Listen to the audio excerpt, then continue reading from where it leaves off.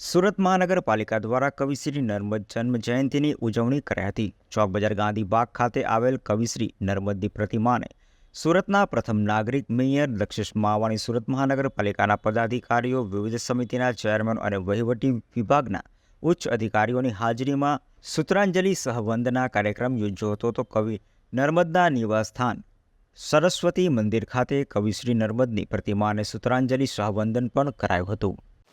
24 August એટલે વિશ્વ ગુજરાતી ભાષા દિવસ તરીકે ઉજવવામાં આવે છે। 24 ઓગસ્ટે ગુજરાતના સાહિત્યકાર, કવિ, લેખક વીર કવિ નર્મદની જન્મજયંતિ પણ છે।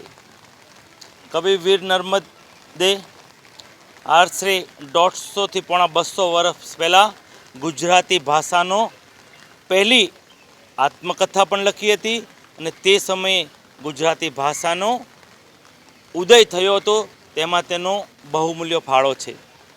દર વર્ષે અમે સૌ ચૂંટાયેલા પ્રતિનિધિઓ કવિ વીર નર્મદને દર વર્ષે સૂત્રાંજલિ કરીએ છીએ અને એમના વિચારો, એના સંસ્મરણોને યાદ કરીએ છીએ। ગુજરાતી ભાષા તે સમયે તે યુગના સર્જક હતા અને ગુજરાતી ભાષાને આંતરરાષ્ટ્રીય બનાવવામાં તેમનો સિંહ ફાળો છે। આવો આપણે સૌ વીર કવિ નર્મદને યાદ કરીએ।